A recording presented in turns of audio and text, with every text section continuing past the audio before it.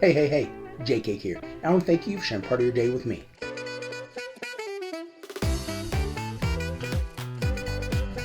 In typical JK fashion, this video is going to be recorded a little late. If you check out the awesome Godzilla clock I have in the background, it is late on Wednesday night when I'm recording this, so I'm going to try to get it edited and put out potentially tonight, probably tomorrow, so that hopefully it'll hit all of your feeds.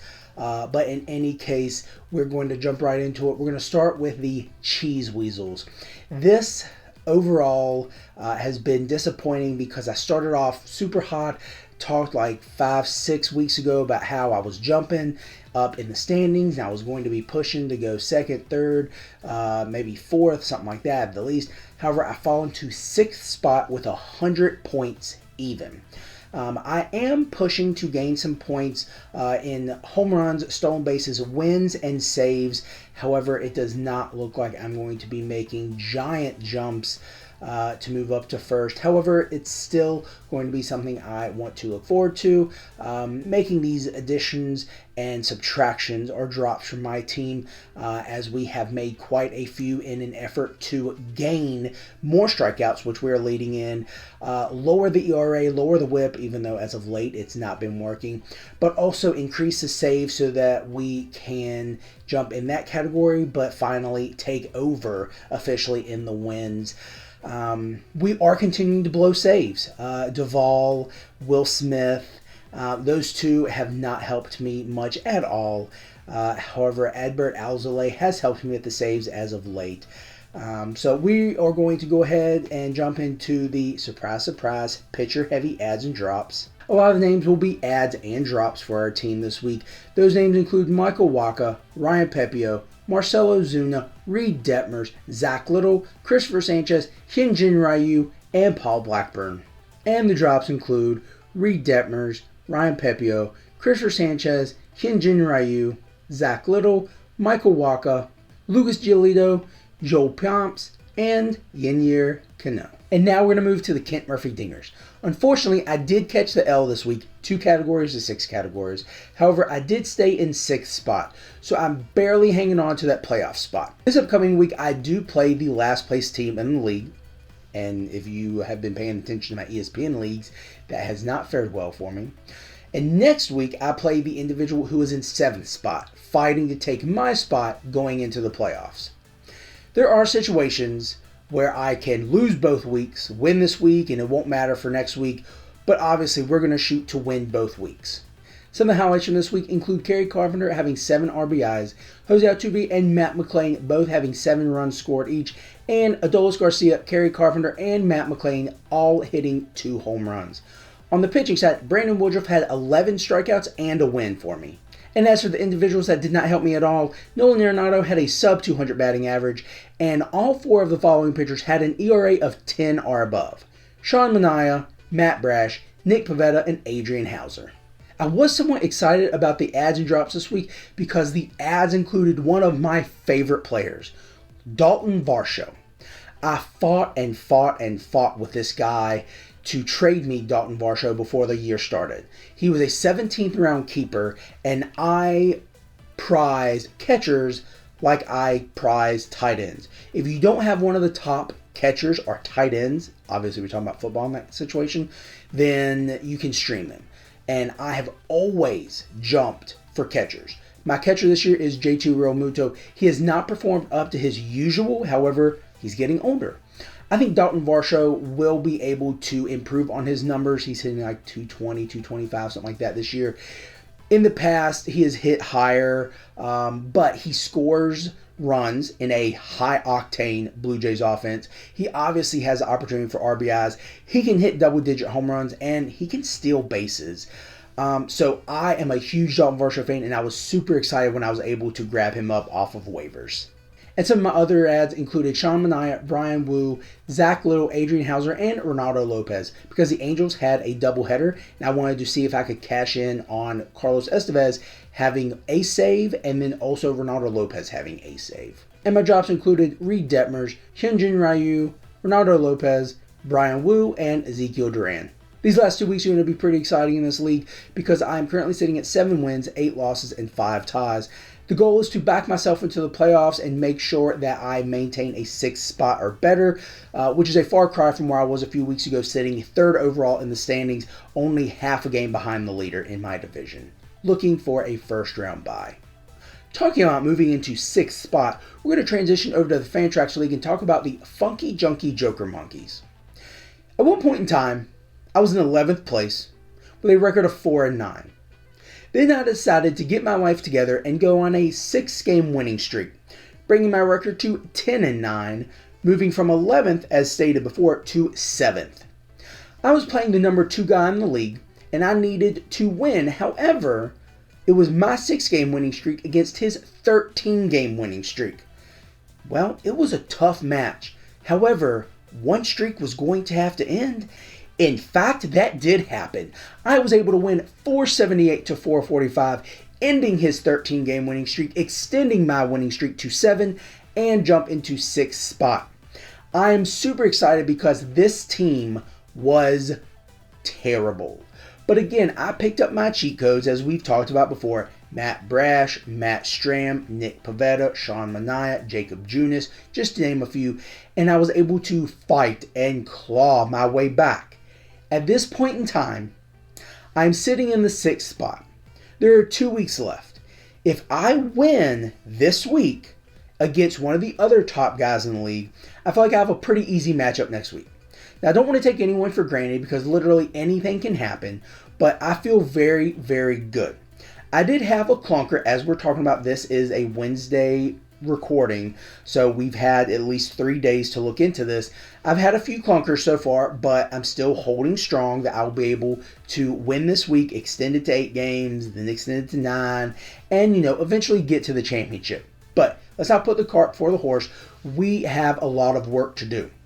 It's going to be crucial that we make the proper starts to ensure we don't go over the 13 start limit, but make sure we hit it, but also make the adds and drops that are going to help our team the most. There are going to be some tough ones, but I need to remember, regardless of what happens, this is a keeper league. I can keep as many people as I want. So just because some of these guys aren't helping me now, don't mean they won't help me in the future. Now, I've also looked to my IL and stashed a few big names. Before we jump into the adds and drops, let's talk about the guys who helped me win this week. There were 3 guys specifically that scored at least 31 points. Merrill Kelly with the 31 points. Great game, multiple strikeouts, and the win. Justin Turner had me 37, and Chas McCormick came in with a whopping 42 points. Now, moving to the adds and drops, surprise, surprise, they're pitcher heavy. They included Jake Irvin, who I thought had a great matchup with the White Sox. Javier Assad, who had a great matchup with the Pirates. Griffin Canning, who came in strong for me, did great work, and I was super proud of him. Gavin Stone, who was a bulk reliever and was able to pick up the win for me. Zach Little, who did not perform as well as he should have against a lower team. And finally, Ryan Yarbrough. Now you might be thinking, why did you pick up Ryan Yarbrough? Doesn't he play for the Royals? Well, he did. He also previously played for the Rays, which is probably where you know his name. He was a bulk reliever and still is, for a team that has had a plethora of injuries and issues with their pitching rotation. So with Ryan Yarbrough being on a Dodgers team who can score, he will be able to pitch for me and pick up some cheeky wins. And the drops included Zach Little, Javier Assad, Jake Irvin, Luis Medina, who went on the IL, Taylor Wells, who is set to come back but has been said to be in a reliever role, so that's not going to help me as much because I feel like the Baltimore Orioles rotation is pretty set. Not sexy, but set. I also released Brendan Williamson and Chris Murphy. Murphy was another cheat code type bulk reliever for the Red Sox, but with some of the guys, Tanner Houck and Cutter Crawford coming back from the IL, he just could not stay in the rotation or in the pitching bullpen. And we're going to transition to the ESPN categories. We're going to rip this Band-Aid off first. Russell My Jim Jams lost big. 1 category to 12 categories to 3 categories. Our 1 win came in holds. At this point in time, our record is abysmal. We have 115 wins, 153 losses, and 52 ties. We are currently in 8th place. Again, not expecting to make the playoffs. Going to be looking at keepers, but we are still going to be going over the adds and drops. And to no one's surprise, they're pitcher heavy. Eddie Rosario and Tommy Pham for outfielders or position players, and Trevor May, Brandon Williamson, and Johan Oviedo for pitchers. And the drops included Nolan Jones, Brian De La Cruz, Brian Wu, Johan Oviedo, Brandon Williamson, John Gray, and Danny Colon. Transitioning to the South Harmon Institute of Technology, we won this week 9 categories to 5 categories to 4 categories, improving our record to 166 wins, 131 losses, and 63 ties. We are still second in our division, 17.5 games out of first place, and we are still third overall in the standings. Playoffs start next week, and I will be going in third or fourth, barring some crazy occurrence. Each playoff match does last 2 weeks, so I will have double the time to accumulate stats, make the adds and drops I need to eventually become the champion South Harmon Institute of Technology. The adds and drops this week were pretty short. I added catcher Shea Langoliers, catcher Tyler Stevenson, and pitcher for the Athletics, Mason Miller. He is currently on the IL, but he is supposed to be making a comeback here soon, and I think he will be a good individual to look at for next year. And the drops included Sean Manaea, Tyler Stevenson, and Chase Silseth, who was very scarily hit in the back of the head as the throw was going across the diamond. He took a few steps and then did collapse on the field. He is in concussion protocol on the 7-day IL for that. Hopefully he is able to come back and get to pitching well again because the last few were clunkers. But again, getting hit in the back of the head and having concussion is much bigger than the game of baseball or any game for that matter. So hopefully he comes back and he's healthy. So you might be wondering, what happened to Peach Creek Purgatory? Didn't you have another Yahoo League you just joined? Well, I did. I did have that league.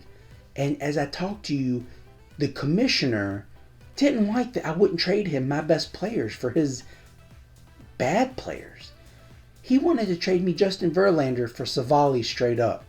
He thought that if I gave him Josh Hader and Johan Duran and Logan Webb, and he gave me Gary Sanchez and James Paxton and those guys, that it was equal. Well, no, it wasn't, and I didn't accept it. And I told him, hey man, I need some of your better players. And I told you, I listed off a few. Lindor, Soto, Freeman, J-Ram, just name a few. He told me I was borderline insane. Well, he continued to send me these piss poor trades, to be honest with you. They were bad. And I stopped responding. I just left them on red. I didn't deny them, didn't reject them because I already told him, hey man, I need these players. I need something in return for my better players. And for some odd reason, I just didn't want David Bednar and David Robertson for Ryan Presley and Josh Hader. I don't know why that would be the case. So he eventually sends me a message like, hey, what's your number? I want to talk trade, dude. What? Dude, I have 2 kids. I have 2 under 2 right now. I don't want to talk to you about trading, especially if you're going to throw out these terrible trade offers. So I didn't respond. Again, if you're not going to give me anything to go with, to work for in this trade, I'm not going to work with you. I'm just going to respectfully decline to interact with you. Well, I get a notification from PayPal. I'm thinking, because I do eBay, I sold something, made some money. That's awesome. So I look at it, and it was actually the refund from the commissioner and the note. And if anyone in here does any memorabilia selling, or cards or anything, you can tell I do from looking at the background. Notes are not good because it flags stuff and can potentially shut down your account, get it locked. So in any case, it said not active enough, and you can tell from the picture I put up, not active enough, thanks anyway. So I messaged him and I said, did you boot me from the league because I would not trade with you? He said, oh, now you respond. Yeah, because it's no longer about the trade. It's about you being so butthurt that I wouldn't trade you my best player or best players, and I beat you in my first week in the league. I embarrassed you. Now, it might not look like 7-2 might not look embarrassing. However, he dropped from 1st to 4th in the standings. Now, he'll probably still make the playoffs, but I'm just coming in. Like, people might be thinking, oh, this guy doesn't know what he's doing. Immediately making these changes. I go out and I beat him. And it was nice. But again, he booted me, and he said, I was just lucky that he sent my money back. If you're that hard pressed for $30, which there may be some people who are, and if you're one of them, then this was not meant to be offensive or to belittle you at all. But if you're that hard pressed for $30, then you probably shouldn't be playing fantasy baseball or fantasy sports at all. But he really got mad and butthurt. I wouldn't trade with him, and I beat him. So I'm not going to say his name. I'm going to protect his identity because, frankly, he's just a whiny baby who cannot take losing.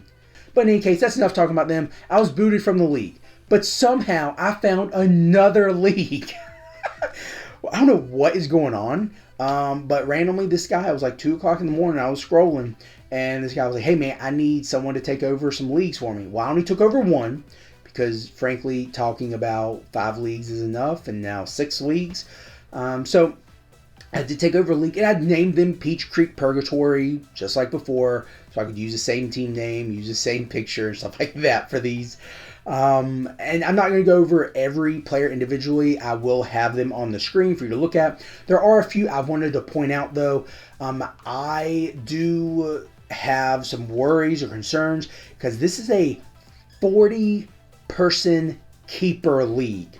Yeah, you heard me right. 40-person keeper league. God bless America. And the person I'm taking over for apparently valued his position players a whole heck of a lot more than he valued pitchers, which it is what it is. So you will have position players, catcher, first, second, third, short. Then you'll have an infielder. Then you have multiple outfielders, and then multiple utility. And you'll have, I think, 9 pitcher positions that you can start. You're only allowed 12 starts a week. And I do have some pretty solid pitchers, including, not necessarily the beginning of the year, but Freddie Peralta has come on very strong. Max Fried is doing very well for me. Justin Steele has been very good. And if you watch one of my earlier videos, the Kent Murphy Dingers, I actually had Justin Steele and released him from my team.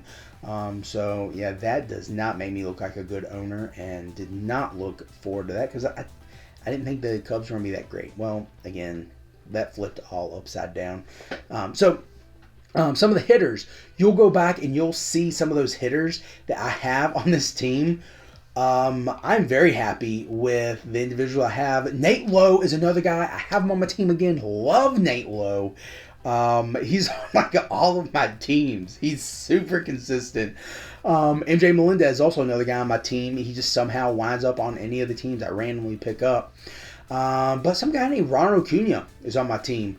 Corey Seager, Trey Turner, those guys. Riley Green, I think he's going to be great in Detroit. Maybe get a little bit of help. Kerry Carpenter has also been great. Along with Riley Green, I don't have him on my team, but I definitely want him.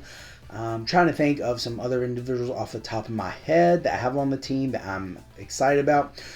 Individuals I have that I may not get to start as consistently as I would like do include Christian Walker and Eugenio Suarez.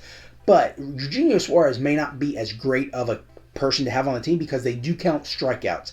Eugenio Suarez is currently leading, I believe he's leading at least the NL in strikeouts with 160. Good Lord. So yeah, that hurts his value. But some of these other guys that I do have on my team, Matt Olson. That's another guy I have on my team. I completely blanked on him. When you have Matt Olson at first, Nate Lowe at first, Ketel Marte, he's another guy I have to play some of those infield positions and obviously utility. It's tough to find spots for those other I don't want to say mediocre, I don't want to say bad, I don't want to say lesser, but those other players like Suarez, especially when you have Austin Riley, like the Walker, even though he's been great. They also do have a lot of spots for minor leaguers, and one that I do have, Jason Dominguez, as a big Yankees fan. I just saw tonight that Friday could be his MLB debut, so I have him. I also have a few other minor leaguers. Marcelo Meyer, he is supposed to be a pretty good guy from the Red Sox. But then Jackson Jobe from the Tigers. Again, I'm not looking at the team right now. I'm just trying to remember stuff off the top of my head. Ovazelis, however you say his name, from the Rangers. And if you look at my injured list, oh God, I don't. It's not pretty at all. But there's, I guess, some potential for next year, maybe. I don't know. I'm looking forward to being able to do some more adds and drops, and I don't know about trades, but you know. However trades go, yeah, no one has offered me anything yet, especially for Acuna saying, "Oh, trade me your best player for the backup shortstop for the Oakland Athletics." But in any case, exciting. It is a points league. I forgot to add that. The first half week I was an owner.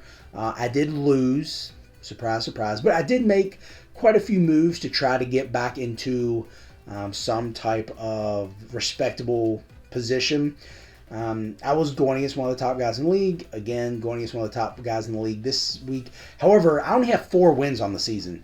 So I'm like 4-14-2. So it's not pretty. But again, looking forward to this challenge and looking to see what I can do with it. I was also asked again to be in it for the long haul. So I am in it for the long haul. Let's see what we can do with this team. Well, I want to thank you for tuning in again. This is the 21st video in this series. However, it is for official week 20. Again, because the All-Star break just screwed me up. But I hope you're doing well in your fantasy playoff push. I'm sending you good vibes. I hope you're sending me good vibes. And we will be back next week to talk about the last, going into the last week before playoffs. Again, either 1 week or 2 weeks away. But we're so close. And again, this upcoming, Well, I want to thank you for joining in for this 21st video, official week 20 recap. The All-Star break just has me all screwed up. I am super excited to hopefully hear about some of your fantasy leagues. Hopefully that you're sending me good vibes and I'm sending you good vibes. I hope everyone is having a great lead up, not only to fantasy baseball playoffs, but to fantasy football. I'm super excited. I have 2 or 3 drafts this upcoming weekend, which I'm going to do my very best to recap, but also potentially just live stream it, or at least record it live and immediately put it on for you. So that's something I'm looking forward to. I'm going to be busy for the next few weeks, and hopefully talking about bringing ships home to the fantasy baseball world and heading into a good spot with fantasy football. So again, thank you for tuning in. I want to hear from you, and I want to thank you for sharing part of your day with me.